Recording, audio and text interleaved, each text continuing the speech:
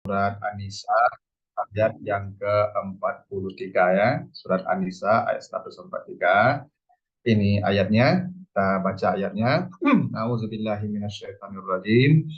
Ya ayyuhallazina amanu la taqrabus salata wa antum sukara hatta ta'lamu ma taqulun wala junuban illa abiri sabilin hatta tagtasilu wa in kuntum marda aw ala safarin aw jaa ahadun minkum minal ghaid aw lamastumun nisaa falam tajidu ma'an fatayammamu sa'idan thayyiba famsahu biwujuhikum wa aydikum innallaha kana afuwan ghafura.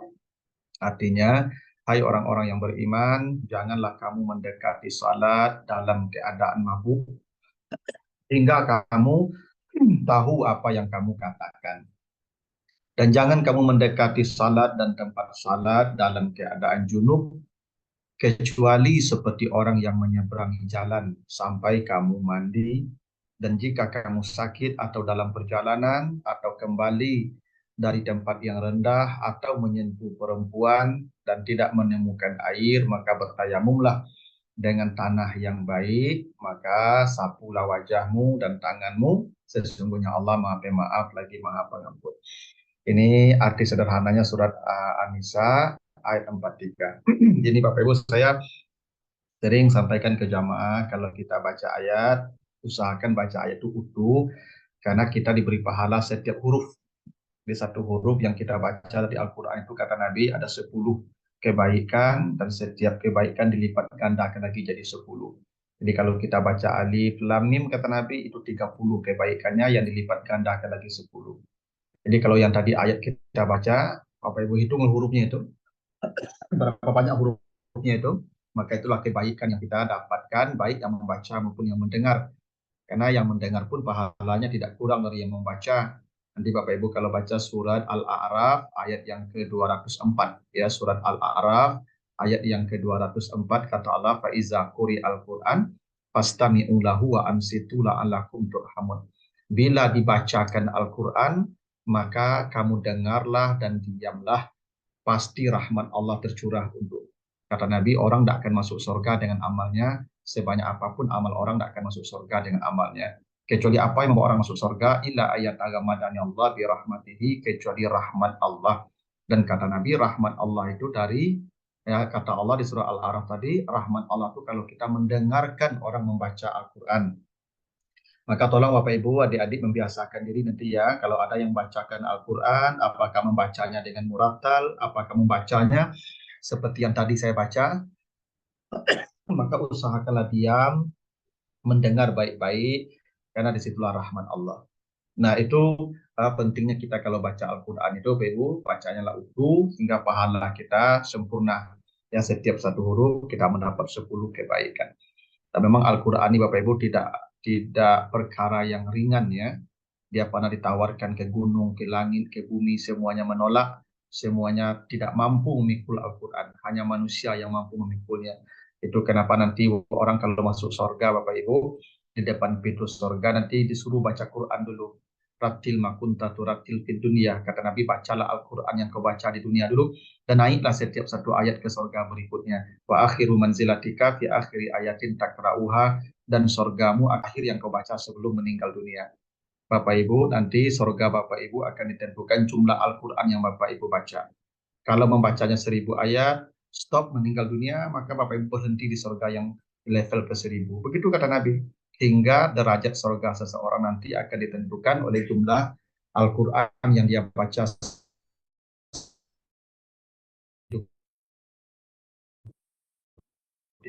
Ya, itu hebatnya Al-Quran Bapak Ibu ya. Terlepas dari Allah tadi, kamu simak saja orang membaca Al-Quran, rahmat Allah tercurah untukmu. Jadilah pentingnya kita ya mendekat dengan Al-Quran, apalagi yang kita sekarang lakukan mengkaji, memahami isinya hingga kita mendapat tuntunan, petunjuk, hidayah, dan itu pahalanya tidak ringan.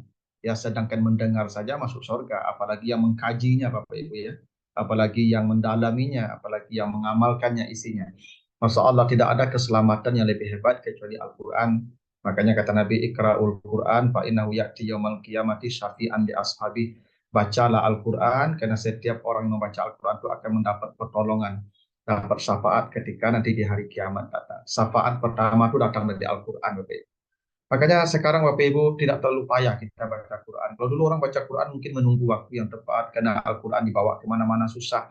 Sekarang ada di HP kita, ada program di HP kita, dan Al-Quran 24 jam bersama kita.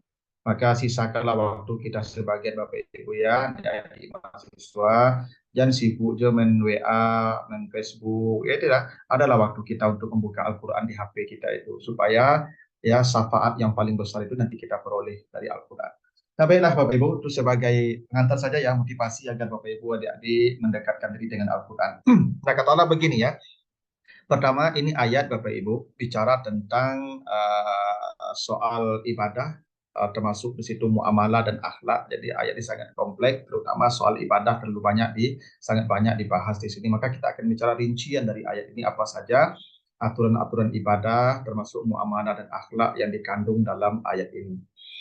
Pertama kata Allah, hai orang-orang yang beriman, janganlah kamu mendekati salat wa antum sukara dalam keadaan mabuk. Nah, ini menarik ayat ini Bapak ya. Jangan kamu salat kalau mabuk. Nah, ini kan kalau Bapak Ibu baca tekstual begini saja, saya khawatir nanti salah paham nih ya. Jangan kamu salat kalau mabuk. Itu artinya kita boleh mabuk, gitu ya. Yang tidak boleh salat dalam keadaan mabuk. Mabuknya boleh. Jadi kalau Bapak Ibu mau minum minuman keras, mau minum bir, whisky, mau narkoba, silakan saja, Wir. Tidak ada masalah. Tapi kalau mabuk jangan salat ya. Gitu dah. Jadi kan kita ya kalau memahami teks itu tidak boleh parsial Bapak Ibu ya. Ini kesalahan kita sering begini Bapak Ibu. Kita ketemu satu ayat, satu hadis, lalu tidak menghubungkannya dengan teks lain sehingga pemahaman kita menjadi terbatas, menjadi bahkan bisa keliru. Begini, ini salah satu contoh saja. Ini hadis sahih Muslim. Apa kata Nabi? Afdalu salatil nisa'i fi ka'ri buyutihinna. Sebaik-baik salat perempuan di rumah. Itu hadis sahih Bapak Ibu ya. Sebaik-baik salat perempuan di rumah. Itu hadis sahih. Hadis riwayat Muslim. Tidak ada yang membantah hadis itu. Bahwa kata Nabi sebaik-baik perempuan salat di rumah. Bahkan bukan di rumah, di kamarnya. Nah, karena ada sebagian membaca ayat ini tekstual, parsial, tidak mau menghubungkan dengan ayat lain, tidak sedikit kemudian laki-laki ini melarang istrinya ke masjid. Tidak sedikit kemudian masjid yang kosong dari perempuan. Kenapa? Karena kata Nabi, perempuan lebih baik salat di rumah. Kalau lebih baik di rumah nilainya 100. Ya, di masjid nilainya 80. Lalu kita datang juga ke masjid dengan nilai yang rendah. Kan ya, kurang akal namanya itu. Ya, toh? Nah, inilah kesalahan kita yang tidak mencoba memahami dalil dengan mengaitkannya dengan dalil lain. Nah, begini Bapak Ibu, misalnya nih, kenapa hadis Nabi muncul lebih baik sholat perempuan di rumah? Kenapa Nabi berkata begitu? Itu bukan berarti perempuan dilarang ke masjid. Dulu masjid itu jauh dari rumah, jalan tidak ada lampu, itu rumah jarang-jarang, masjid satu-satunya masjid Nabawi. Di masa orang Yahudi jahat, itu diganggu pasti itu. Makanya Bapak Ibu kalau baca sejarah, misalnya kenapa Bani Kainuqa diusir dari kota Madinah? Kan salah satu suku Yahudi yang terbesar yang diusir dari kota Madinah itu kan Bani Kainuqa. Bani Kainuqa itu kenapa diusir Bapak Ibu? Karena dia menelanjangi wanita muslimah yang datang ke pasar mereka. Jadi ada perempuan muslimah lewat di pasar Bani Kainuqa oleh orang Yahudi ditelanjangi, ditarik-tarik bajunya sampai terbuka. Itu membuat Nabi marah, kemudian diusirlah orang Yahudi Bani Kainuqa di kota Madinah. Apa maknanya tuh? Orang Yahudi itu jahat-jahat. Dia kalau lewat orang muslimah, perempuan muslimah, pasti diganggunya. Maka menjaga harga diri perempuan itu lebih wajib. Salat berjamaah ke masjid itu sunat. Oleh karena itu Nabi katakan perempuan lebih baik salat di rumah. Bukan dilarang ke masjid itu. Tapi kalau kondisinya sudah aman, tidak ada gangguan di masjid, ya jalannya terang, penerang cukup, lampu jalan ada, maka ibu-ibu jangan di rumah lagi, di masjid lah. Karena masjid sebaik-baik tempat beribadah. Tidak ada tempat ibadah yang sebaik masjid. Berlaku laki-laki dan perempuan. Man amila salihan min zakarin au unsa wa huwa mu'minun falanuhyiyannahu hayatan thayyibah. Itu kata Allah begitu. Tidak ada bedanya ganjaran salat berjamaah antara laki-laki dan perempuan selama mereka beriman kepada Allah. Jadi jangan memahami dalil itu parsial. Jadi kalau parsial ya begitu, hingga perempuan tidak dibolehkan ke masjid dengan dalil tadi bahwa perempuan lebih baik salat di masjid. Jangan dipahami parsial. Nanti kalau parsial begitu, sama dengan hadis begini Bapak Ibu. Sebaik-baik saf perempuan di belakang, seburuk-buruk saf perempuan di depan. Sebaik-baik saf laki-laki di depan, seburuk-buruk saf laki-laki di belakang. Sehingga ada di masjid tertentu perempuan disuruh ke belakang semua. Itu berlaku sebelum pembatas laki perempuan ada. Dulu tidak ada batas laki perempuan di masjid itu. Dan dulu lampu tidak ada di masjid, gelap. Oleh karena itu perempuan disuruh ke belakang, laki-laki disuruh ke depan. Artinya apa? Jangan terjadi percampur bauran antara laki-laki perempuan. Prinsipnya itu. Bukan berarti perempuan disuruh ke belakang. Memang konteks masanya begitu. Jadi Bapak Ibu, kita memahami dalil tidak boleh parsial. Sama begini. Ada hadis malaikat tidak akan masuk ke rumah yang ada anjing dan gambar-gambar, patung-patungnya. Itu hadis sahih itu. Malaikat tidak akan masuk ke rumah yang ada gambar dan patung dan anjing gitu. Sehingga ada orang-orang tertentu yang tidak boleh memajang foto di dinding rumahnya. Dengan dasar nanti malaikat tidak masuk ke rumah. Bahkan tidak boleh foto-foto dipajang di rumah. Yang tidak begitu juga. Coba Bapak Ibu kalau baca dalil lain, nanti baca surat Sabah. Surat Sabah ayat yang ke-13. Ya, di surat Sabah ayat yang ke-13 itu, Nabi Sulaiman itu menyuruh jin membuat patung-patung di istananya. Yang malu nama yasha'u min maharib wa tamasil. Itu kata Allah begitu. Di surat Sabah ayat yang ke-13. Di istana Nabi Sulaiman itu dipenuhi oleh patung-patung. Coba Bapak Ibu bayangkan. Istana Sulaiman dipenuhi patung-patung. Nabi Sulaiman itu nabi. Ni'mal abdu, sebaik-baik ahli ibadah. Apa tidak tahu dia bapak moyangnya Ibrahim menghancurkan patung dulu? Kenapa Sulaiman memelihara patung banyak di rumahnya? Itu Al-Quran tuh Pak. Al-Quran tuh Bapak Ibu. Nabi Sulaiman itu mengkoleksi banyak patung di rumahnya. Kenapa tidak dihancurkan patung oleh Nabi Sulaiman? Kenapa Ibrahim menghancurkan patung? Dulu Ibrahim menghancurkan patung karena disembah oleh kaumnya. Maka dihancurkan patung-patung itu. Nabi Sulaiman tidak menyembah patung, dia menyembah Allah. Maka kalau patung tidak dijadi sembahan, boleh di rumah. Itu Nabi Sulaiman contohnya. Ibu bapak menggali baju, jualan baju. Ada tidak patung-patung yang dipakaikan baju? Itu boleh, karena bukan disembah. Jadi kalau Bapak mau memajang foto di rumah silakan, kalau tidak kemusyrikan. Yang dilarang tuh kemusyrikannya. Yang malaikat tidak masuk ke rumah itu kalau di sana ada kemusyrikan. Begitu cara memahami dalil itu Pak ya. Jadi kita tidak boleh memahami dalil itu parsial. Nah sama dengan ayat ini. Kata Allah, jangan kamu salat kalau mabuk. Apakah kita boleh mabuk? Tidak begitu maksudnya Pak. Ya begini. Ayat ini Bapak Ibu adalah ayat yang mengatur tentang haramnya hamar, minuman keras, yang proses haramnya itu bertahap. Tidak sekaligus. Begini Bapak Ibu, hamar itu tidak bisa dipisahkan dari kultur masyarakat Arab. Masyarakat Arab itu dengan hamar itu sesuatu yang menyatu. Susah memisahkannya. Karena itu Al-Quran turun mengaturnya, mengharamkannya secara bertahap. Begini Bapak Ibu, tapi kalau baca Al-Quran, ayat yang mengharamkan khamar itu prosesnya 23 tahun dan 4 ayat turun tentang itu.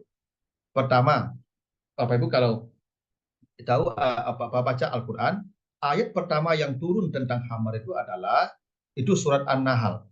Ya, apa kata Allah? Ya, wa min apa? Oh, ini ayat saya ini. Pertama An-Nahl 67. Wa min samaratin nakhili wal a'nabi tattakhizuna minhu sakaran wa rizqan hasanan. Ini ayat yang pertama turun tentang khamar. Kalian jadikan minuman yang memabukkan dan rezeki yang baik. Jadi dari anggur kata Allah ada yang bisa memabukkan, ada rezeki yang baik. Berarti kalau begitu yang memabukkan tidak baik. Kan begitu mafhumnya tuh. Allah mengatakan di situ ada rezeki yang baik, di situ ada yang memabukkan. Berarti yang memabukkan bukan rezeki yang baik. Artinya khamar itu belum haram, tapi sudah diwanti-wanti, sudah dikasih warning. Itu ada yang baik, ada yang memabukkan. Berarti yang memabukkan tidak baik. Begitu Al-Quran dulu. Nah, setelah sekian tahun berjalan, maka turunlah surat Al-Baqarah. Mereka bertanya kepadamu tentang khamar. Nih, Al-Baqarah 219. Khamar itu ada dosa, ada manfaat, tapi dosanya lebih besar dari manfaat. Kan belum haram, Pak. Turun dulu Al-Baqarah 219. Khamar itu ada dosanya, ada manfaatnya. Ingat, ada manfaatnya khamar itu. Tapi dosanya lebih banyak dari manfaat. Kan belum haram, kan? Iya, memang begitu aturan agama. Ya biarlah dulu, minumlah dulu, tidak apa-apa minumlah. Tapi sudah dikasih peringatan, tapi ada dosa ya. Tapi manfaatnya ada ya. Nah, baru setelah itu ayat ini turun, sekian tahun kemudian, baru turun ayat tadi. Jangan kamu salat kalau kamu mabuk. Berarti masih boleh minum. Minumlah, minumlah kamu, tidak apa-apa minum. Tapi kalau mabuk, jangan minum, jangan salat. Berarti sudah ada hukum di sini. Baru setelah iman manusia kuat, hijrah ke Madinah, baru Nabi mengatakan khamar itu perbuatan setan, Al-Maidah 90 baru turun bahwa itu najis maka haram jauhi. Jadi ayat ini Bapak Ibu, ya, ayat surat An-Nisa 43 ini adalah rangkaian ayat yang berbicara tentang khamar secara bertahap. Bukan berarti boleh minum. Ini proses panjang pengharaman khamar. Salah satunya ayat ini. Jangan kamu salat kalau mabuk. Ada dua ayat sebelumnya yang sudah turun. An-Nahl tadi 767. Lalu kemudian nanti surah Al-Baqarah 219. Baru ini. Baru nanti Al-Maidah 90. Jadi begini, Ibu. Al-Quran itu kan bijaksana ya. Yasin wal Quranil Hakim. Al-Quran itu bijaksana. Dan ini bukti Al-Quran bijaksana. Hukum tidak turun simsalabim, Pak. Sekaligus ada proses pentahapan hukum sesuai kemampuan manusia menerima aturan itu. Jadi tidak bisa kita mengajak orang baik tiba-tiba, Pak. Tidak bisa. Kita harus melewati proses yang panjang berdakwah. Ini rokok, Pak. Rokok itu halal atau haram, Pak? Haram rokok itu, Pak. Haram. Cuma tidak bisa diharamkan simsalabim karena ada gejolak sosial, ada pengangguran, ada sosial. Tapi prosesnya bertahap. Sekarang haramnya untuk anak-anak, untuk orang hamil. Besok haram semua. Rokok itu haram. Cuma pengharamannya perlu bijaksana. Tidak bisa kita mengajak orang tuh simsalabim tiba-tiba orang berubah jadi baik. Tidak bisa, Pak. Ini Al-Quran contohnya. Khamar itu diharamkan Allah, 4 ayat turun tentangnya, dan itu prosesnya bertahap selama 23 tahun. Jadi ayat ini tidak bisa dilepaskan dari ayat-ayat tadi. Ini bukan berarti kita boleh mabuk-mabukan. Kalau mabuk nanti tidak boleh sholat, tidak begitu maksudnya. Ayat ini diletakkan dalam kerang. Ini salah satu ayatnya. Ada 3 ayat lagi yang prinsipnya khamar itu haram, mabuk itu haram. Cuman ini salah satu ayat yang berbicara dalam pentahapan, proses pentahapan haramnya. Jadi jangan dipahami tekstual ayat ini, Pak. Jangan kamu sholat kalau mabuk, berarti mabuk boleh, ya tidak boleh mabuk dalam sholat. Itu tidak bisa begitu. Tapi begini Bapak, ada makna lain ya. Kan ayat ini kan walaupun konteksnya khamar, kan ada juga makna di balik itu. Jangan kamu sholat kalau mabuk, apa artinya itu Pak? Mabuk itu orang yang kehilangan fokus, akalnya tidak berjalan dengan baik. Maknanya apa? Kita tidak boleh sholat kalau pikiran kita sedang tidak dalam keadaan normal. Mabuk salah satunya. Karena itu Nabi melarang kalau mengantuk tidak boleh salat. Bapak Ibu kalau mengantuk tidak boleh salat. Tidur dulu. Misalnya begini. Bapak Ibu adik-adik pulang kampung. Sampai di Padang jam sampai subuh. Azan subuh 1 jam lagi. Dan berat mata, Masya Allah. Tidak bisa ditahan lagi kantuk. Jangan Bapak Ibu menunggu subuh. Tidurlah. Oh, kalau tidur Ustaz nanti bangunnya jam 8. Tidak apa-apa. Salat jam 8 itu. daripada salat sambil mengantuk-ngantuk. Karena orang yang mengantuk-ngantuk itu sukara, dia mabuk namanya. Orang yang mengantuk berat dilarang salat. Kenapa? Dia nanti salah ucap. Nanti Al-Fatihahnya tidak benar dia baca. Nanti bisa jadi dia minta ampun tapi justru dia mengatakan sesuatu yang berbau maksiat karena dia mabuk. Orang mengantuk tuh mabuk itu. Cobalah Bapak Ibu ajaklah orang mengantuk tuh ngomong ngobrol itu. Itu rahasianya keluar sendiri. Karena dia lagi mabuk itu sebenarnya itu. Makanya orang yang mengantuk berat tidak boleh salat karena dia sukara, mabuk. Makanya kita nih Bapak Ibu tidak boleh salat kalau pikiran kita sedang tidak normal.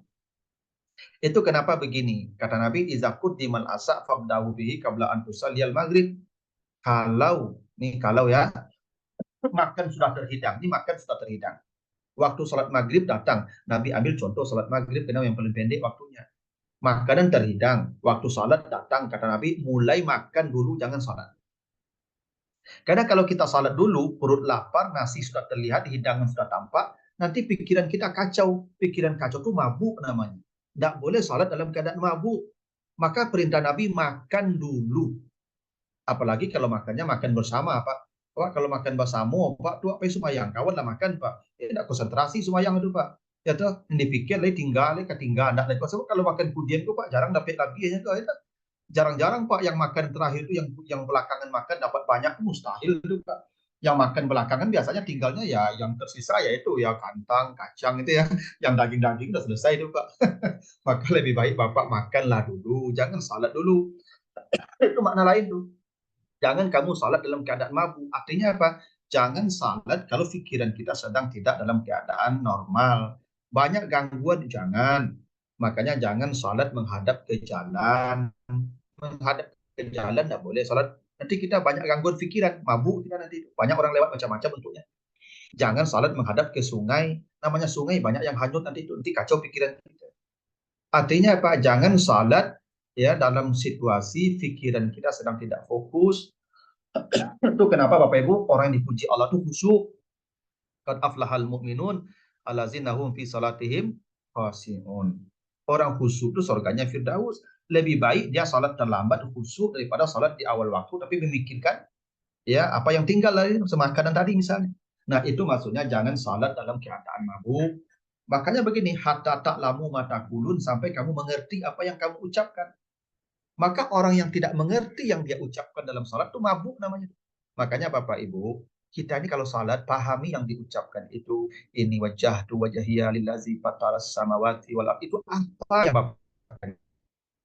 Kalau Bapak tidak mengerti, mampu boleh itu apa maksud Bapak Ibu begitu? Kalau di koman kami itu namanya itu tidak boleh salat. Makanya Bapak mulai dari bilang ada pun yang diucapkan salat itu mabuk dia namanya. Tidak boleh dia salat. Makanya Bapak Ibu, tolong kalau Bapak Ibu baca ayat, tolong ayat yang dibaca itu yang paham kita apa itu ayat itu. Makanya imam juga jangan baca ayat yang tidak dimengerti jamaah. Kalau kita bersalat berjamaah, baca ayat yang dimengerti jamaah. Supaya jamaah kita tidak mabuk. Supaya kita pun tidak mabuk. Kan orang mabuk gitu caranya. Orang mabuk dengan ngomong, dia tidak paham. Makanya kata Allah, hatta ta'lamu ma taqulun, sampai kamu mengerti apa yang kamu ucapkan. Kalau kamu tidak mengerti yang kamu ucapkan, berarti kamu mabuk namanya. Nah, itu pentingnya kita memahami setiap ucapan ya yang kita lafalkan dalam salat itu agar kita salatnya tidak seperti orang mabuk. Itu maknanya itu. Lalu kata Allah, wala junuban, jangan pula kamu mendekati salat dan tempat salat dalam keadaan junub. Jadi orang junub, junub itu bisa kena haid perempuan, bisa kena keluar sperma, sebab bermimpi atau apapun sebabnya, atau mungkin kena berhubungan seksual walaupun tidak keluar sperma. Itu junub dia namanya. Jadi junub itu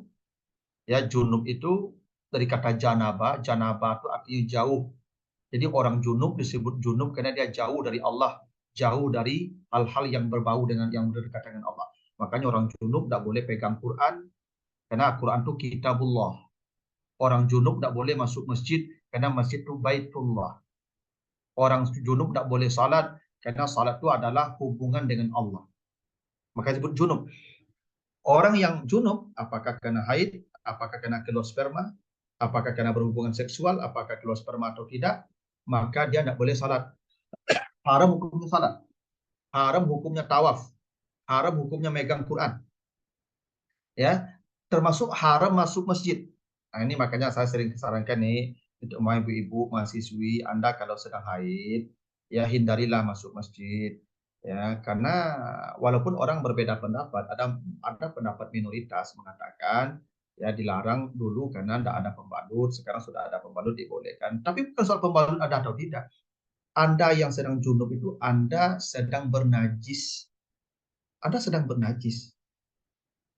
Tidak boleh masuk masjid kalau haid. Kalau darah kan banyak di dalam tubuh kita, iya, tapi kan di dalam. Kalau haid sudah di luar dia, berarti Anda sedang membawa najis di pakaian Anda. Tidak boleh Anda masuk ke tempat yang suci. Makanya ini sering nih, dulu kan begini. Ada acara pesantren Ramadan. Anak SMA itu, anak SMP itu, dia sudah haid itu.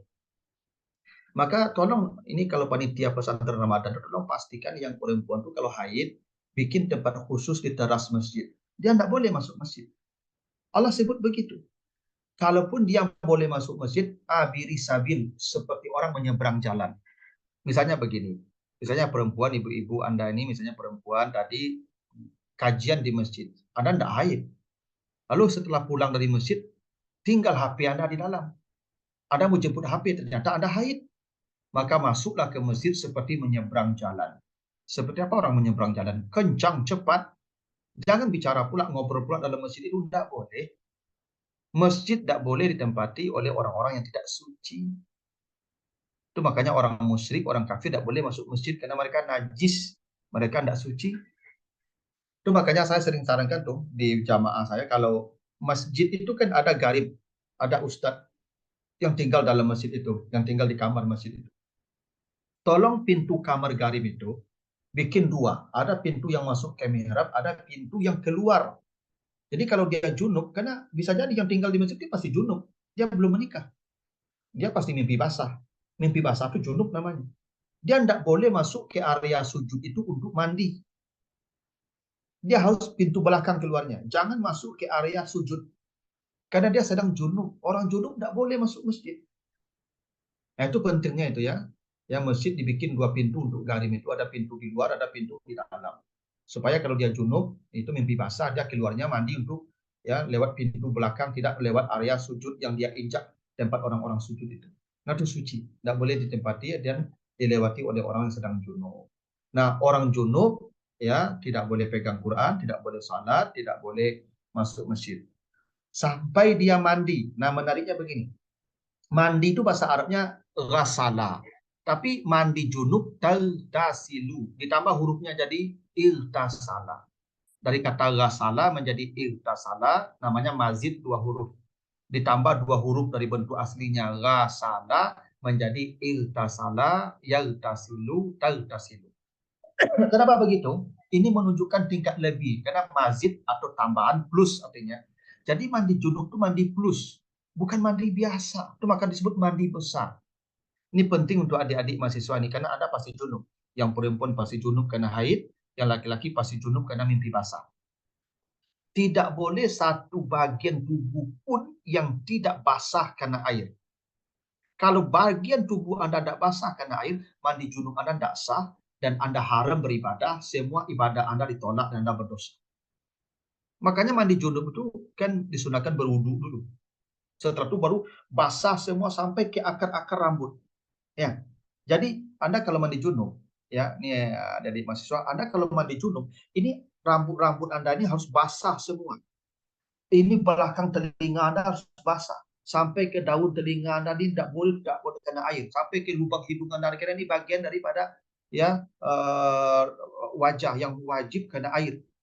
Anda ini misalnya gini, Anda habis pakai lipstik, lalu Anda mandi junub, lalu Anda masukkan bibir Anda ke dalam karena kasihan dengan lipstik Anda. Tak sah mandi junub itu. Karena lipstik ini wajah yang wajib kena air. Makanya Anda misalnya yang junub, kalau mau mandi junub, buang lipstik Anda. Kalau tidak sah mandi junubnya. Ya, termasuk yang pakai make up. Ada yang perempuan yang bermake up itu tidak sah mandi junub Anda kalau make up Anda tidak dibuka. Buka make upnya dulu. Buka make upnya itu pakai kapas atau pakai cairan dulu. Karena make up itu waterproof. Make up, lipstick itu rata-rata waterproof itu, anti air itu. Itu makanya make up Anda tuh kan pakai apa ya? Pakai pondasi ya. Ada make upnya pakai pondasi nggak yang perempuan? Pakai pondasi itu. Pondasi itu anti air itu. Ya waterproof itu. Ya kan pondasi itu tebal dia tuh, makanya bedak itu bedak 1, 2, 3 di atas pondasi itu. Pondasi atau pondasi apa namanya pondasi. Pondasi ya pondasi lah. Saya kayak rumah lah, Anda bikin rumah kan bikin pondasi dulu, habis itu bata ada taruh di sana ada. Itu dibuka dulu pondasinya itu, make up Anda itu. Ini mandi junub ini penting Anda ketahui supaya mandi junub yang paling bagus itu di sungai. Anda apa itu menyelam aja ke sungai itu agak 1 menit, membandem saja itu. Keluar deh, sudah selesai itu mandi junubnya itu. Ya, dan ada aturan juga. Tidak boleh mandi junub di air yang tidak mengalir. Kan begini, ini pentingnya. Anda kan suatu hari akan menikah nih. Rata-rata Anda kalau menikah kan ada bulan madu ya. Bulan madunya nanti nginap di hotel mewah ya. Biasa di hotel tuh ada itu ada bak tidur ya. Ada bak mandi itu yang seperti kabau mandi waktu bak itu kan kalau kan berenang dalam bak itu ya. Anda mohon maaf nih, habis berhubungan suami istri, junub, lalu Anda mandi di bak yang airnya tergenang, mandi junub Anda tidak sah. Karena kata Nabi, la tagtasilu fil ma'id da'im wa anta junuban. Tidak sah mandi junub orang yang di air yang tidak mengalir. Anda kalau mau mandi junub, di bak itu alirkan air. Sehingga itu ada yang masuk, ada yang keluar, maka boleh mandi junub di situ. Tapi airnya tidak mengalir, walaupun airnya banyak, tidak boleh mandi junub. Maka Anda mandi junub tidak boleh di kolam renang. Anda kalau mandi junub, mandi di kolam renang itu mandi biasa aja. Nanti mandi junubnya Anda pakai shower atau pakai timba. Karena air yang tidak mengalir itu tidak sah kita mandi junub. Itu aturan mandi junub itu banyak, ketat. Anda kalau mandi junub, kalau suami istri, nanti mandi junub, tidak boleh mandi junub gantian airnya. Misalnya suami mandi dulu. Nanti si istri mandi dengan sisa air suami. Maka si istri tidak sah mandi junubnya karena memakai air sisa mandi junub orang itu tidak boleh. Jadi banyak perkara mandi junub itu kenapa? Kata mandi dalam ayat tadi diungkapkan dalam bentuk mazid 2 huruf. Tasilu untuk menunjukkan ini mandinya mandi yang serius hingga persoalan airnya pun tata caranya, itu tata tertibnya tidak boleh asal jadi. Karena ini kalau Anda mandi junubnya tidak sah, salat Anda ditolak, semuanya menjadi haram, ibadah Anda tidak berguna. Coba Anda bayangkan ya, adik-adik bayangkan itu. Kalau salat kita ini berpuluh-puluh tahun ditolak Allah karena mandi junub kita tidak benar. Ananda semua pasti junub karena pasti mimpi basah. Tidak bisa dihindari itu. Ya selama Ananda makan, selama Anda semua ya tetap mengkonsumsi sesuatu pasti Anda mimpi basah. Dan itu junub, makanya perhatikan baik-baik mandi junub Anda. Termasuk yang perempuan juga. Ini bukan perkara sepele mandi junub ini. Kenapa? Junub Anda kalau tidak beres, ibadah Anda jadi bermasalah. Haram semua ibadah Anda. Bukan hanya dapat pahala, dapat dosa Anda beribadah. Ya, makanya penting untuk pengetahuan mandi junub ini. Ini Bapak Ibu, hadirin adik-adik, ini baru sampai kata tagtasilu ya. Ada sebagian lagi ini separuh lagi ini ayatnya yang belum kita jelaskan. Mungkin baiknya kita diskusi dulu. Kalau ada pertanyaan saya persilakan. Nanti kita lanjutkan pembahasannya di pertemuan berikutnya untuk menyelesaikan ini nanti ada waktu. Saya silakan saya kembalikan ke moderator kalau ada pertanyaan saya persilakan. Silakan, terima kasih. Masya Allah, syukran Ustadz atas penyampaian materinya. Mungkin kita lanjutkan sesi tanya jawab. Bisa pertanyaannya bisa disampaikan langsung lewat voice atau bisa disampaikan lewat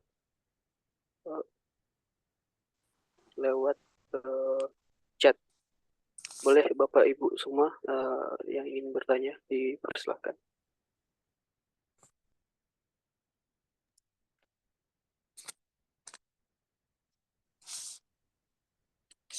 Izin bertanya, Farid, Ustadz. Iya, silakan Pak. Bismillahirrahmanirrahim. Assalamualaikum warahmatullahi wabarakatuh. Waalaikumsalam. Ya, saya kira ini pembahasan yang sangat penting bagi kita karena ini terkait dengan kehidupan kita sehari-hari dan juga ibadah kita sehari-hari. Nah, terkait dengan membaca Al-Quran pada saat junub atau haid tadi, Ustaz. Tentu kalau larangan memegang Al-Quran itu kan memang sudah sangat jelas ya, Ustaz. Tapi larangan untuk membaca Al-Quran tanpa memegang. Nah, misalnya istri sedang haid tapi ingin baca Al-Quran, lalu kita bukakan halamannya, lalu dibaca oleh yang sedang haid, lalu tanpa memegang. Nah, apakah ini juga dilarang, Ustaz? Karena terkait dengan najis yang ada pada diri tadi. Nah, atau hafalan Al-Quran yang kita baca tanpa melihat Al-Quran, apakah ini juga dilarang? Nah, mungkin itu dulu saja, Ustaz. Assalamualaikum warahmatullahi wabarakatuh. Waalaikumsalam. Waalaikumsalam. Saya jawab dulu, moderator, atau Ya, kumpul? ya boleh langsung aja, Pak. Oke, baik, terima kasih, Pak. Dalam hadis yang sahih disebutkan begini, karena Rasulullah Shallallahu Alaihi Wasallam yukriul Quran fi kulli ahyanihi. Rasulullah itu membacakan Al-Quran kepada para sahabat dalam setiap keadaannya. Dalam setiap keadaan itu artinya apa? Termasuk ketika junub. Kenapa? Karena Al-Quran itu ada di dada Nabi. Al-Quran itu ada di hati Nabi. Nabi tidak perlu mushaf. Nabi tidak perlu pegang. Nabi tidak perlu ambil. Karena semua Al-Quran itu ada di hati Nabi. Dan diceritakan Nabi membacakan Al-Quran kepada para sahabat dalam setiap keadaan. Artinya apa? Ketika Nabi junub, boleh jadi sahabat meminta dibacakan Al-Quran, Nabi bacakan. Padahal Nabi dalam keadaan junub. Apa maknanya itu? Membaca Al-Quran dibolehkan bagi orang junub, orang haid, boleh. Yang dilarang itu memegang. Karena kata Allah di surah Al-Waqi'ah itu, la yamassuhu illal mutahharun. Dilarang atau tidak dibolehkan menyentuh, ya, kecuali orang yang suci. Menyentuhnya tidak boleh. Yang tak boleh itu bersentuhan langsung. Maka Bapak Ibu, kalau misalnya ibu-ibu yang sedang haid, boleh tidak baca Quran dengan mushaf? Boleh. Tapi jangan yang pegang. Kalau mau pakai sarung tangan, jadi kalau pakai sarung tangan tidak pegang langsung. Nah, kalau pakai sarung tangan dibolehkan. Atau dulu ada alat tertentu yang dipakai yang sifatnya tidak bersentuhan langsung kita dengan Al-Quran. Itu dibolehkan. Yang dilarang itu yamas. Yamas itu artinya menyentuh langsung dengan kulit. Karena kulit kita ini dalam status najis. Al-Quran itu suhufun mutahharah, lembaran-lembaran suci. Maka lembaran suci tidak pantas disentuh oleh sesuatu yang dalam status najis. Itu kenapa mushaf itu, Bapak dan Ibu, adik-adik, tidak boleh dibawa ke dalam kamar mandi, WC. Karena kamar mandi itu, WC itu tidak suci. Maka mushaf tidak boleh. Tapi kalau HP, boleh. Karena HP itu kan ada Al-Quran, Ustaz. Iya, tapi Al-Quran yang ada di HP itu bukan lembaran, tapi dia program, dia memori yang sifatnya program, bukan mushaf. Sama juga dengan Al-Quran di kepala kita. Di kepala kita ini ada Al-Quran, tapi bukan lembaran, memori. Kita kalau masuk WC kan kepala kita tidak ditinggal di luar kan, tetap dibawa ke dalam. Karena itu memori sifatnya, ya. Nah, itu dibolehkan. Karena itu bagi yang haid boleh baca Quran, yang hafal saja baca, atau bantu oleh orang lain membukakannya yang kita sifatnya tidak menyentuh langsung. Memang menyentuh itu tidak boleh. Itu dalilnya jelas, tegas. Begitu, Pak. Ya, terima kasih, Ustaz. Ya, Pak, sama-sama. Nah, syukur Ustaz atas jawabannya. Mungkin ada pertanyaan selanjutnya dari kolom komentar. Iya. Mau bertanya sebenarnya, tapi gimana caranya?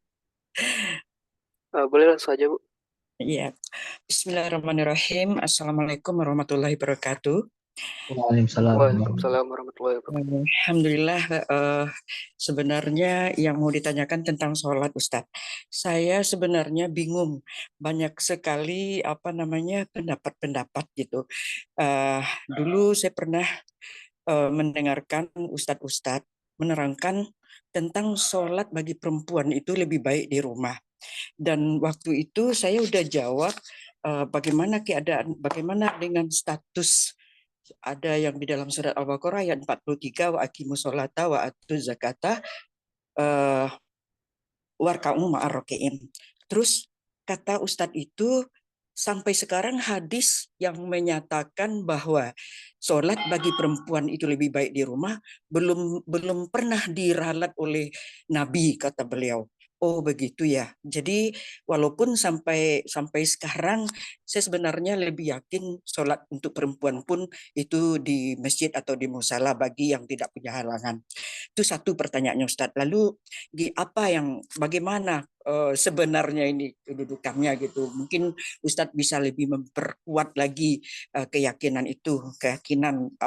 yang mana yang lebih baik untuk perempuan. Itu satu. Yang kedua yang saya tanyakan itu tentang musik, Ustadz.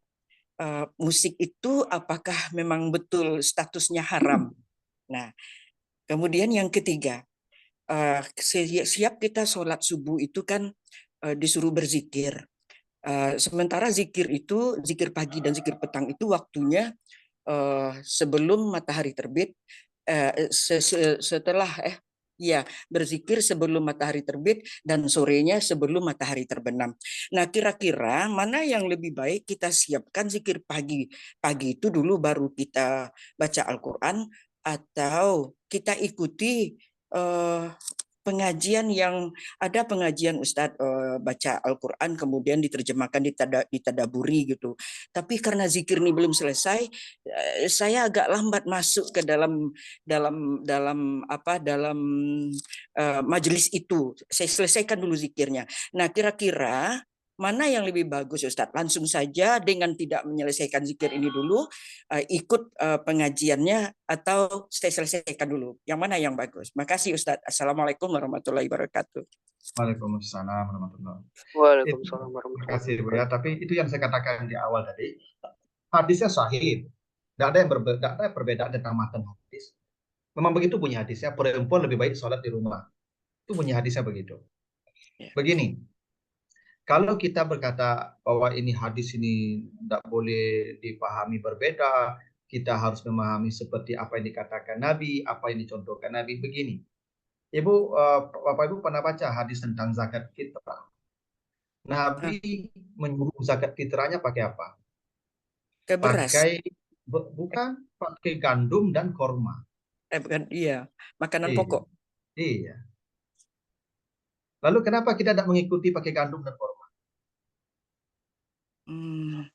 Kita tidak makan makanan pokok, kita beras kan. Berarti kan bisa memahami yang berbeda tuh. Iya. Berarti kan tidak tekstual kita memahaminya. Oke, sekarang begini, Ibu pernah tidak bayar zakat fitrah pakai uang? Boleh tidak pakai uang zakat fitrah? Saya pernah melakukan, Ustadz. Iya. Boleh tidak pakai uang? Menurut saya boleh aja, Pak. Tapi Nabi pernah tidak pakai uang? Enggak. Enggak pernah. Lalu kenapa kita pakai uang? Simple. Ya, memang begitu kan, kebutuhan pokok. Orang dulu di hari raya kebutuhan pokok cuma makan doang zaman dahulu. Zaman sekarang orang hari raya kebutuhan pokoknya ada baju, ada tempat tinggal. Karena itu yang penting kita memberikan sesuatu untuk memenuhi kebutuhan pokok dia di hari raya supaya dia dapat bersedih di hari itu. Itu prinsip zakat fitrah. Membahagiakan orang miskin di hari itu dengan memberikan sesuatu yang bisa memenuhi kebutuhan pokoknya. Uang lebih baik diberikan karena memenuhi kebutuhan pokoknya, bukan hanya makan tapi pakaian, kue, nah begitu. Pulsa HP-nya juga kebutuhan pokok dia. Nah, jadi memahami dalil itu tidak bisa tekstual begitu, Ibu. Iya. Kalau berdalil tekstual jadi sempit agama ini. Iya. Dulu kenapa Nabi katakan perempuan lebih baik di rumah? Karena memang kondisi masanya begitu. Rumah jarang, gelap gulita, yang masjidnya pun gelap, orang-orang jahat banyak. Perempuan kalau keluar malam itu berisiko bisa diperkosa orang. Maka menjaga harga dirinya lebih baik, lebih wajib ketimbang dia berjamaah salat ke masjid. Iya. Tapi kalau masjidnya dekat rumah, jalan ke masjid terang benderang, orang tidak ada yang mengganggu, maka berlaku kaidah umum, amal saleh itu laki perempuan tidak ada bedanya di hadapan Allah. Iya, iya. Perintahnya sama, penghargaannya sama, surganya sama. Cuman memang tingkat kewajiban untuk ke masjid itu laki-laki perempuan tidak sekuat laki-laki perintahnya. Iya. Karena perempuan yang punya anak-anak balita, dia di rumah. Mungkin suaminya sakit, dia di rumah. Atau mungkin dia kalau datang ke masjid menjadi sumber fitnah, mungkin terlalu cantik dia. Yang laki-laki mungkin tidak konsentrasi lagi ke masjid kalau melihat dia, maka di rumah dia. Jadi tidak mutlak begitu memahami dalil itu, Ibu. Iya. Katanya gini Ustadz, dengan keadaan yang sudah berubah ini, kondisi seperti ini, tidak pernah Nabi meralat hadisnya katanya. Ya karena Nabi udah meninggal. Coba kalau Nabi hidup sekarang. Iya, iya. Karena Nabi sudah meninggal, tidak mungkin meralat. Imam Iya, As-Syafi'i. alhamdulillah. Imam As-Syafi'i itu, Ibu, ada namanya Qaulul Qadim, ada Qaulul Jadid. Ada kata lama, ada kata baru. Ketika Imam As-Syafi'i di Baghdad, ketika terinjak kotoran onta habis berwudu, kata Imam Syafi'i, basuh saja kakinya, tidak Iya. mengulang wudu. Itu ketika di Baghdad. Ketika dia di Mesir, maka beda lagi pendapat dia. Ketika terinjak kotoran onta habis berwudu, maka ulangi wudu. Kenapa Imam Syafi'i merevisi pendapatnya? Karena di Irak, dia tinggal di tempat tandus. Air susah, untuk minum saja susah, apalagi untuk bersuci. Maka cuci saja kaki yang kena kotoran onta itu. Jangan diulang wudhunya, karena air susah. Di Mesir, dia hidup di pinggir sungai Nil. Air banyak. Maka kalau menginjak kotoran onta habis wudhu, ulang wudhunya, karena air banyak. Itu buktinya Imam Syafi'i meralat pendapatnya. Karena dia masih hidup. Dia menemui masa yang berbeda, masyarakat yang berbeda, kondisi yang berbeda. Maka dia ralat pendapatnya. Iya, iya, iya, iya. Alhamdulillah. Jadi kadang-kadang ada kawan-kawan kita nih, Ibu, memang memahami dalil itu terlalu parsial. Hingga pemahamannya menjadi sempit. Sama yang Ibu tanyakan tadi. Memajang foto-foto di rumah. Iya. Ya, memajang gambar di rumah. Tadi Ibu bacalah surat Saba ayat 13. Surat Surat Saba, ini Syabah, saya tunjukkan ayatnya ya. ayat berapa Ustaz? 13. 13. Nah, ini ya. Nah, nih, surat Saba ayat yang ke-13 nih ayat Ibu ya. Coba ya. Ya'maluna lahu ma yasha min maharib wa tamasil. Ini Nabi Sulaiman, Ibu ya. Iya. Nabi Sulaiman memerintahkan jin untuk membuat patung-patung. Tamasil ini patung, Ibu ya. Nabi Sulaiman menyuruh jin membuat patung, Ibu. Nabi Sulaiman, Nabi. Kenapa dia punya banyak patung, Ibu? Patung lebih hebat dari gambar, Ibu. Ini patung di rumah Nabi Sulaiman. Dan ayat ini tidak dihapus. Ayat ini masih ada nih ayatnya nih. Masih ada ayat ini. Bacalah terjemahannya. Karena Sulaiman tidak menyembah patung. Dia menyembah Allah. Iya, Nah, iya. dulu Nabi Ibrahim kenapa menghancurkan patung kaumnya? Karena disembah patung-patung itu. Iya, iya. Jadi yang disebutkan Nabi dilarang ada patung di rumah, itu kalau dijadikan sembahan. Coba begini, baca sejarah lah. Baca sejarah. Orang Arab itu kapan berhenti menyembah berhala? Kapan berhala habis di Jazirah Arab? Tahun 8 Hijriah ketika penaklukan kota Makkah. 2 tahun menjelang Nabi wafat baru patung-patung dihancurkan. Nabi pernah salat menghadap ke Baitul Maqdis, bukan ke Ka'bah. Kenapa? Di Ka'bah itu 360 berhala dari sana. Di Ka'bah itu patung-patung, Ibu. Kalau dibiarkan kembali orang-orang mengoleksi patung-patung di rumah mereka, Nabi khawatir nanti menyembah patung lagi. Jadi yang dicegah Nabi itu adalah Madaratnya bukan patungnya yang dicegah Nabi. Potensi kembali menyembah berhala itu. Sekarang anak-anak kita, anak bapak ibu cucu, anak cucu main boneka. Boneka tuh makhluk hidup nggak? Makhluk hidup. Boleh enggak anak-anak kita pakai boneka buaya, pakai boneka ini? Boleh, boleh. Karena kan tidak disembah. Kecuali anak-anak kita tuh menyembah boneka. Itu haram. Jadi yang dilarang terus dijadikan objek kemusyrikan. Jadi begitu memahami dalil. Patung, foto boleh kalau dia tidak jadi objek kemusyrikan. Kalau hanya sekedar pajangan, hiasan, apa bedanya dengan kursi dengan meja? Fungsinya itu sama-sama hiasan doang. Cuman ada teman-teman kita yang terlalu ketat hingga mereka mengharamkan foto-foto dengan dalil tadi, ya, malaikat tidak masuk ke rumah yang ada anjing dan patung. Ya, karena pemahamannya terlalu sempit. Itulah akibatnya. Makanya kita perlu memahami dalil itu, lihat teks lain, lihat ayat lain, lihat hadis lain. Jangan itu tok saja yang diperhatikan.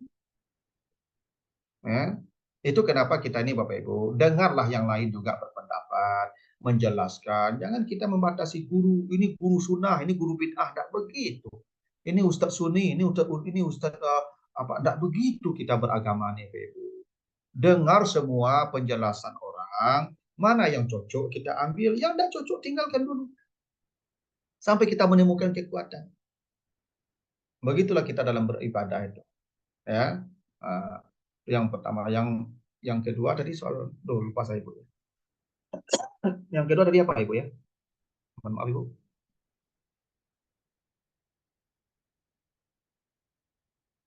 Yang kedua tadi, mohon maaf Ibu, soal apa tadi Ibu? Soal, Tentang zikir, Ustadz. oh ya, zikir pagi dan sore ya. Ya. Memang kata Allah begitu. Berzikirlah kamu dan bertasbihlah kamu qabla tulu'i syamsi, sebelum terbit matahari, wa qabla ghurub, dan sebelum terbenam matahari.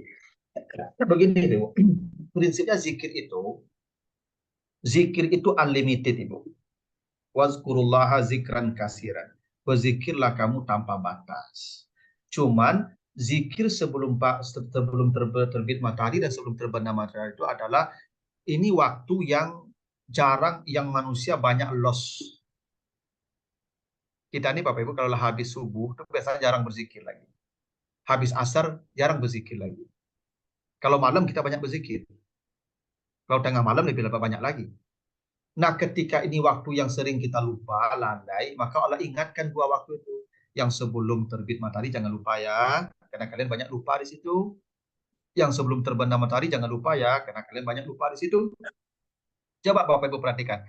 Sore-sore itu banyak manusia keluar rumah kan. Nah, iya, mereka lupa berzikir tuh Ibu. Sore itu banyak lupa berzikir tuh. Coba lihatlah di Padang ini. Sore-sore kan banyak tepi lawi, di kafe-kafe, nah begitu. Karena memang waktu sore itu ibu-ibu banyak yang masak, yang ini, yang mandi, yang duduk ngobrol kan. Maka waktu menjelang terbenam matahari, menjelang terbit matahari itu menjadi diingatkan Allah, karena itu waktu yang banyak manusia lost dari zikir. Dan zikir itu Ibu mutlak sifatnya, tidak ada limit. Yang Ibu mau zikir, baca subhanallah, alhamdulillah, boleh. Ibu mau baca Quran, zikir. Ibu mendengar ceramah, zikir. Zikir itu adalah semua aktivitas yang mengingatkan kita kepada Allah. Kita sekarang Ibu belajar sekarang ini, membaca ini, kajian ini zikir namanya. Makanya kita disebut majelis zikir. Makanya orang guru-guru disebut ahlu zikir. Nanti baca surat Al-Anbiya ayat 7 itu. Fas'alu ahla zikir. Bertanyalah ke ahli zikir. Berarti guru-guru, dosen-dosen itu ahli zikir Ibu. Ibu mengajar tuh berzikir namanya itu. Makanya guru disebut ahlu zikir, bukan ahlu ilmi. Di mana ada guru, di situ ada zikir. Karena itu zikir itu umum Ibu. Jadi Ibu duduknya sudah subuh itu di masjid, tidak begitu zikir itu. Tidak begitu. Zikir itu semua aktivitas yang mengingatkan kita kepada Allah. Ibu habis subuh tuh pulang, Ibu pergi ngajar, siap mengajar. Ibu berjalan ke kampus, itu zikir namanya. Karena Ibu sedang ya melakukan perjalanan untuk mengingatkan kepada aktivitas kebaikan. Jadi zikir itu Ibu ada yang diucapkan ya, ada yang dikerjakan ya, seperti duduk iktikaf itu zikir, mendengar ceramah kajian zikir, membaca Al-Quran zikir. Nah, jadi jangan dibatasi pada ucapan tertentu. Memang ada yang diajarkan Nabi, baca ini, baca ini, baca Iya, ini. Ya, iya. kalau kita punya waktu dan kesempatan melakukan itu. Ini, ibu-ibu yang punya anak-anak, apa habis salat subuh dia duduk juga berzikir? Adanya mau sekolah. Maka lebih baik zikir dia tuh memasak untuk anaknya, menyiapkan baju sekolah anaknya, ya menyiapkan pakaian suaminya, itu zikirnya yang paling hebat. Ketimbang dia berzikir-zikir duduk di masjid itu. Jadi memang ya ada zikir tertentu, ya, tapi zikir yang diminta Allah itu bukan zikir membaca tertentu, melakukan semua kebaikan yang kebaikan itu mengingatkan kita kepada Allah, mengingatkan kita pada fungsi kita sebagai ya hamba, sebagai ahli ibadah dan sebagai khalifah. Selama itu kita lakukan zikir namanya, ya, karena zikir itu umum Ibu, ya, tidak terbatas pada ucapan tertentu. Maka yang sudah pensiun ya tidak apa-apa, boleh itu. Tapi yang masih dinas seperti kita yang masih mengajar, jangan Ibu bubuk juga habis subuh di masjid. Segera siapkan diri untuk berangkat mengajar. Setiap langkah kaki Bapak Ibu pergi mengajar itu sama dengan setahun salat malamnya. Bapak Ibu pergi mengajar dari rumah itu, niatnya karena Allah mengajar itu, satu langkah kaki Bapak dari rumah itu sama setahun salat malamnya. Kata. Apa tak lebih hebat daripada Bapak Ibu duduk membaca-baca ya zikir di masjid itu. Langkah kaki kita ke kampus itu Ibu, itu sama setahun salat malamnya. Likulli khutwatin yaktuha ajru sa'atin siyamuha wa qiyamuha. Itu kata Nabi begitu. Lebih hebatlah yang begitu. Ya, kalau yang pensiun, duduklah di masjid tuh. Yang sudah tidak ada suami lagi, duduklah di masjid tuh. Ini yang masih aktif, masih tugas kita masih banyak, jangan di masjid juga duduk, Pak. Ya. Ada sahabat bersalaman dengan Nabi, dia tidak tahajud, dia tidak berzikir, dia tidak baca Quran. Tangannya melepuh karena setiap pagi ke hutan mencari kayu bakar. Nabi cium tangannya, Nabi angkat tangannya kepada sahabat. Kata Nabi, inilah tangannya ahlu surga. Bukan tangan yang memegang tasbih yang tangan ahlu surga itu. Tangan yang pergi ke hutan mencari kayu bakar untuk makan anak istrinya. Ini tangan ahlu surga. Katanya. Bukan tangan yang megang tasbih 24 jam tuh Ibu. Ya. Tangan yang memegang spidol mengajarkan mahasiswa itu tangan ahlu surga. Ya. Tangan yang pedagang di pasar yang berdagang menjual sesuatu mencarikan nafkah untuk anak istri itu tangan ahlu surga itu. Petani yang menggarap ladang sawah yang mencangkul itu tangan yang memegang cangkul itu tangan ahlu surga itu. Jadi jangan dipahami ahlu surga itu tangannya hanya dengan tasbih 24 jam, tidak begitu memahami agama. Kadang-kadang ada orang memahami agama itu hanya di atas sajadah saja itu. Ya begitu tuh Ibu. Iya. Silakan. Baik, Ustadz. Masih ada atau Yang ketiga lagi Ustadz. oh ya, Tentang masih musik. ada. Yang Musik. ketiga apa tadi? Oh, musik. Iya. Begini Bu, Allah Apakah semua musik haram? Nabi dulu, baca sejarahnya, Nabi itu punya para penyair. Penyair itu kalau bahasa sekarang itu para biduan. Nabi itu punya penyair namanya Hasan bin Sabit, ada Abdullah bin Rawaha, ada namanya siapa Ka'ab bin Zuhair. Itu syair itu Ibu, syair itu didendangkan. Maka ada nasid namanya. Nasid namanya. Nasid itu ya puisi-puisi yang didendangkan. Itu di Masjid Nabawi, sahabat disuruh Nabi berdendang. Berdendang itu kan bernyanyi. Ya boleh bernyanyi. Di masjid pun dibolehkan. Tapi baitnya tidak maksiat. Bukan baitnya cinta satu malam. Bukan alamat palsu. Baitnya itu ya seperti lagu-lagu itu Nisa Sibian. Seperti lagu-lagu salawat. Itu boleh di masjid. Di masjid saja boleh. Apalagi di luar masjid. Musik itu kan Bapak Ibu untuk keteraturan nyanyi saja. Karena begini, di suatu pernikahan, sahabat diam saja. Kata Nabi, cari tabur. Tabur itu bahasa kitanya gendang. Pukul gendang kata Nabi. Jangan diam. Dulu alat musik yang paling gampang tuh gendang, rabana, boleh. Yang tidak boleh tuh musik yang melalaikan kita. Kan ada musik itu, ya sampai kita lalai, tidak ada lagi ingat apa-apa. Kalau kita bunyikan musik kita udah kayak orang teler aja, itu ya tidak boleh. Musik bukan musiknya masalahnya, kelalaian kita itu. Apa saja yang melalaikan kita tidak boleh. HP itu menjadi tidak boleh kalau melalaikan. Jadi Nabi mengharamkan musik itu, melarang musik itu bukan karena musiknya, melalaikannya itu. Buktinya apa? Tuh Nabi punya penyair-penyair yang mendandangkan puisinya di Masjid Nabawi.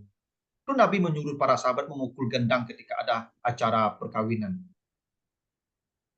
Lalu kenapa Nabi melarang musik nanti dimasukkan ke telinganya itu seperti cairan timah? Itu karena melalaikannya. Maka apa saja yang melalaikan itu menjadi dilarang. Ya sama, Bapak Ibu kan? Apa saja yang membuat kita jauh dari Allah itu sama status dengan musik itu. Jadi bukan pada bendanya, sama begini. Nabi mengharamkan laki-laki pakai cincin emas. Benar hadis itu. Nabi haram laki-laki pakai cincin emas. Padahal Nabi dulu pakai cincin emas. Melihat Nabi pakai cincin emas, sahabat berlomba-lomba pakai cincin emas. Sehingga Nabi melihat bukan cincin emas lagi yang dia pakai sahabat, tapi kesombongan-kesombongan.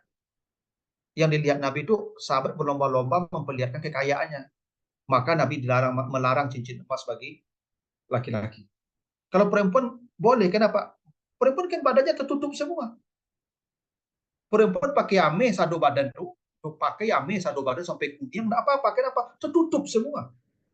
Laki-laki kan terbuka. Maka yang dicegah Nabi bukan cincin emasnya, kesombongannya. Sekarang orang sombong bukan cincin emas, mobil. Kalau ada orang pakai mobil sombong, enggak bisa. Itu haram pakai mobil itu. Ada orang sekarang pagi-pagi jam 6 pagi sudah pakai kacamata hitam. Itu sombong namanya itu. Masa jam 6 pagi udah pakai kacamata hitam? Ya, mau kacamata itu kan penangkal cahaya. Ini pagi udah pakai itu menunjukkan dia cantik. Bisa jadi begitu. Maka sombong namanya itu. Haram kacamata hitam.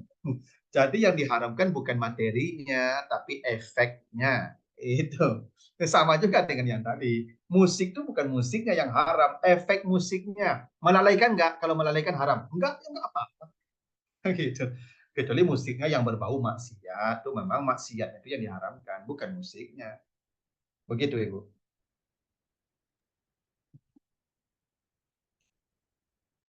Syukron Ustaz atas jawabannya. Mungkin ini pertanyaan terakhir. Kita batasi dulu Ustaz.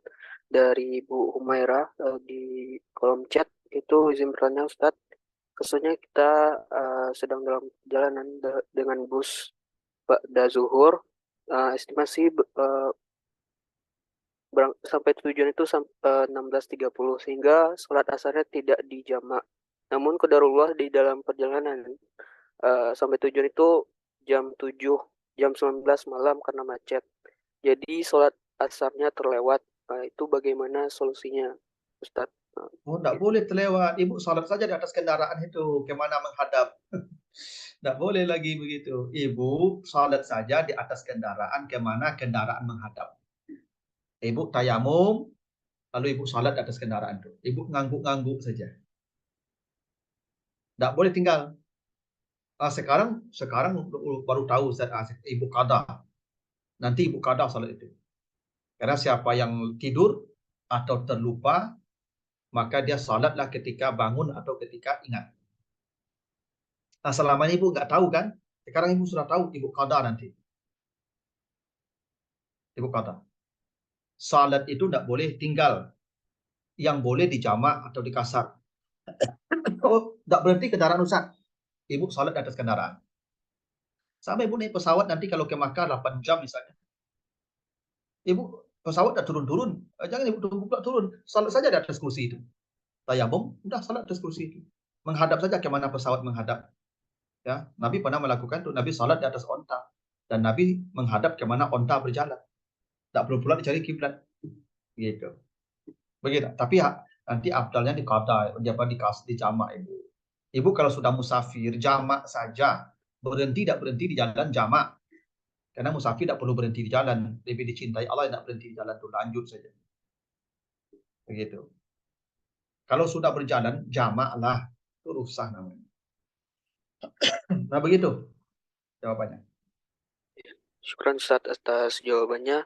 Mungkin untuk sesi diskusi kita batasi sampai ini dulu, pertanyaan terakhir. Mungkin untuk ada